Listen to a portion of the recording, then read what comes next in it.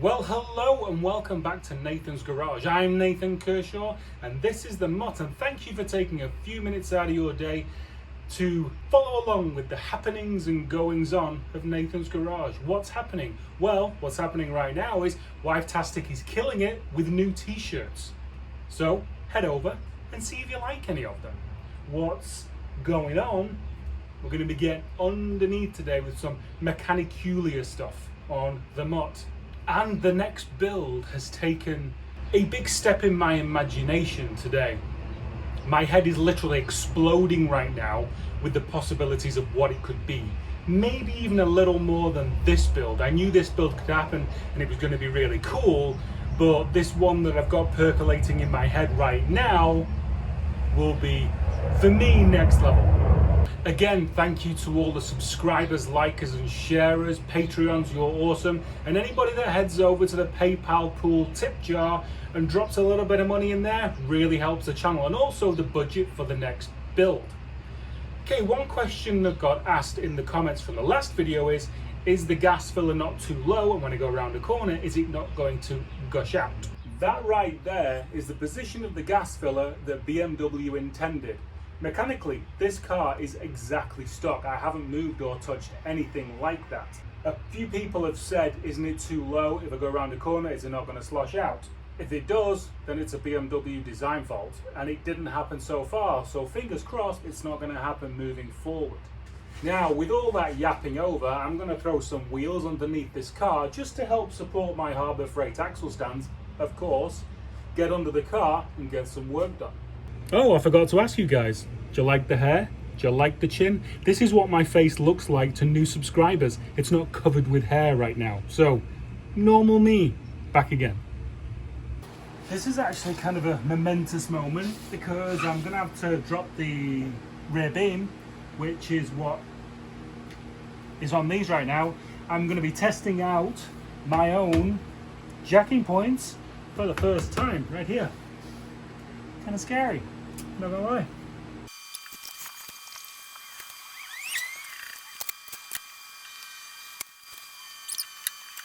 Okay, big test. How does this door open? Perfect. Now that is a definite triumph. Just to give you a bit of orientation, so that's the diff right there. So if we go up there, you can see all the tears in the driver's side rear chassis leg that the diff mount made. So, you know, I made this whole new diff mount and I've attached it in many places, but what this is actually going to allow us to do, if I pull the entire rear subframe down, I'll be able to like run box section forward straight into this area and just box it all off and probably complete that floor as well. So I suppose this job was needed. Blah blah blah. Parts are arriving thick and fast, and it says this end up. When I picked it up, that end wasn't up. Nothing to do with the car at all. Let's go kill some ants. Let's see how dramatic we can make the dropping of a rear beam with one man and a leaking trolley jack. Well, at least it'll go down on its own, so that's a plus.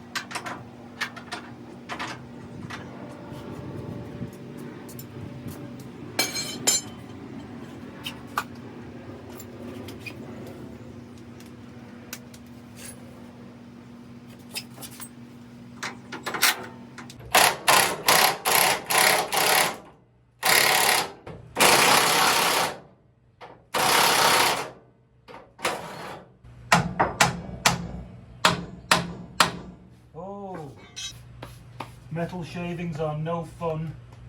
Ground into the skin. Any of these Allen keys snap. Let's get a live axle. Looks like the brake and clutch system is empty. Once again. Never have I owned a car with such clear brake and clutch fluid. There's like a nice dark shade of brown, bordering on black. I don't know where the balance point is. So this all could go. Drive shaft still. Nuts are still nothing. Oh, the drive shaft doesn't seem to be happy.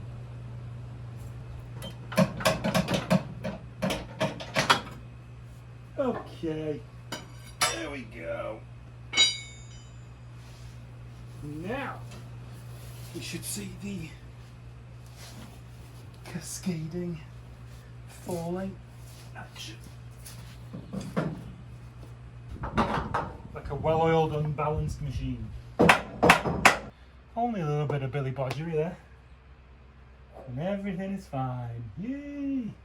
I wondered when the left-hand wheel was pushed forward from the crash whether these were bent. I've got to admit, the bushing had shifted and it's definitely seen better days, but once it definitely pinged once I undid it all those months ago. Right now we're about to see how heavy this tank is, and because I can't get underneath it because I don't want to undo the handbrake cables, it should be entertaining.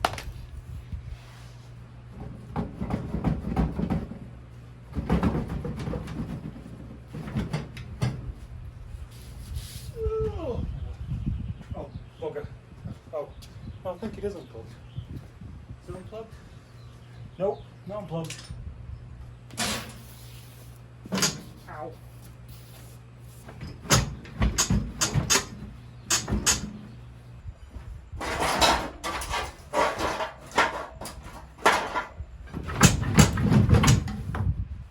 Need 7 million breathers. Impractical, foolish thing.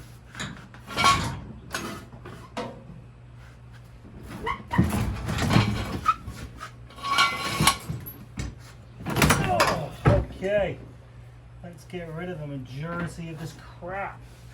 Seriously, how many breathers do you need? 2 fuel lines, great. And then maybe that. Oh, there's one that goes down here. That's that. I mean, God. I'll probably extend that one so it pokes down there. Done.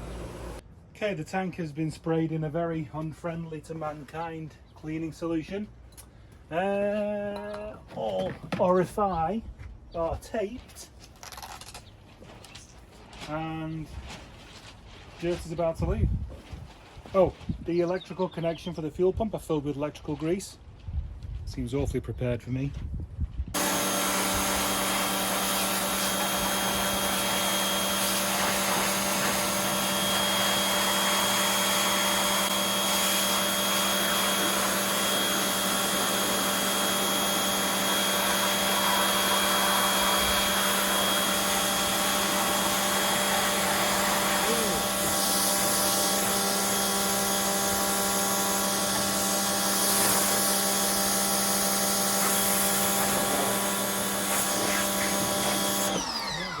Crap on the XR, Jesus. Peel the paint straight off.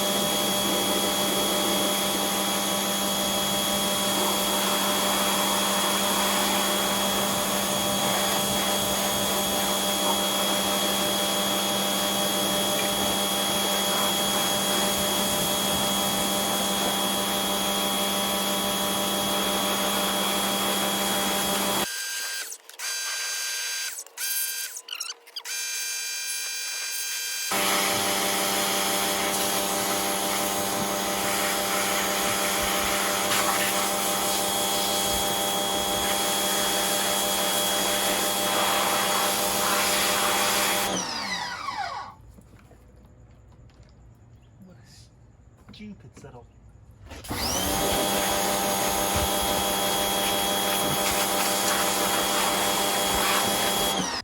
My can of air. Yeah.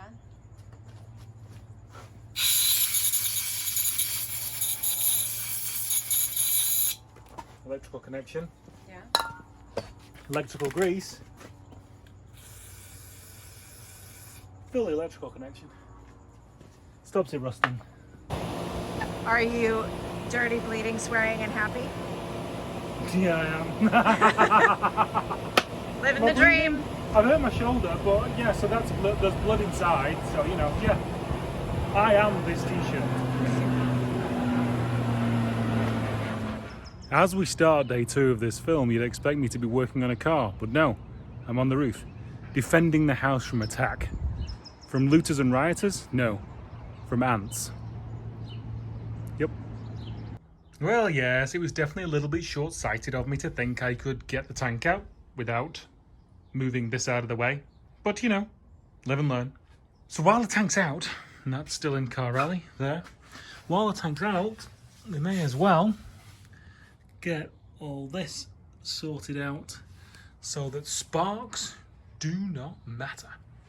Now that we don't have the interference of the gas tank, let's see how this fits. This seems to have been some kind of earth strap that was attached to the top of the filler. Anybody think I need to earth this? No, it's aluminum. Do I need to earth aluminum? I don't know. Let me know, people. Thank you.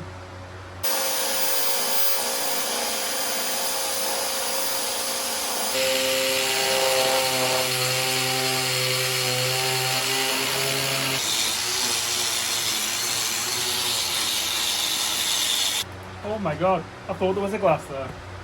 Alright, this is kind of exciting. Well, it would be if I had a pen.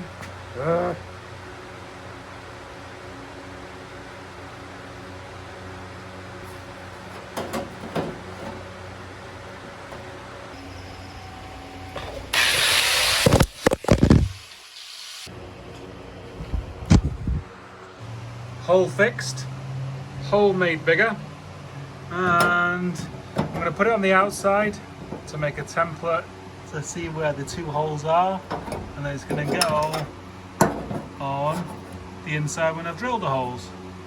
Obviously, in the fullness of time, these 2 bolts are going to get swapped for something very swanky and very expensive, but for now, it's out the bolts pile. And here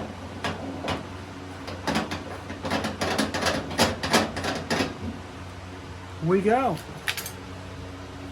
I mean, what may happen actually is I may weld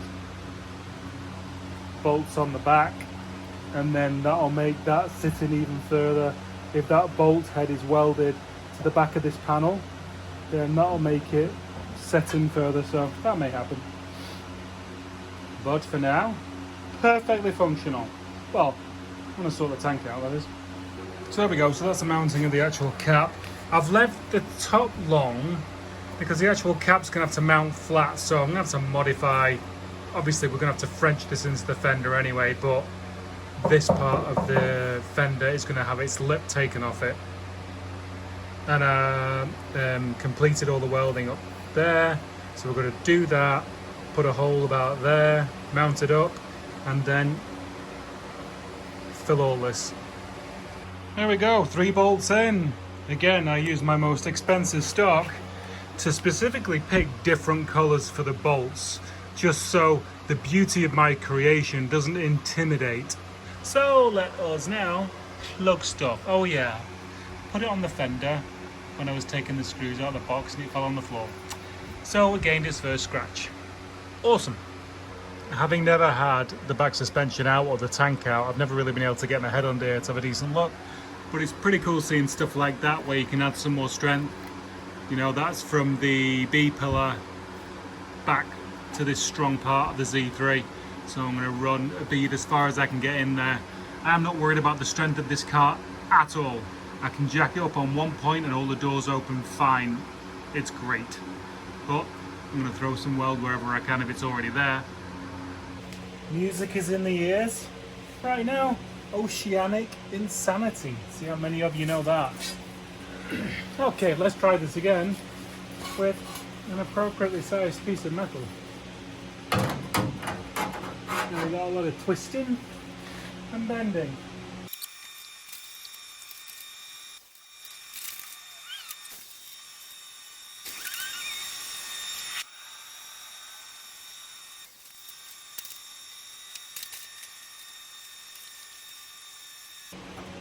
Okay, I think tack and whack will be used extensively in this next section.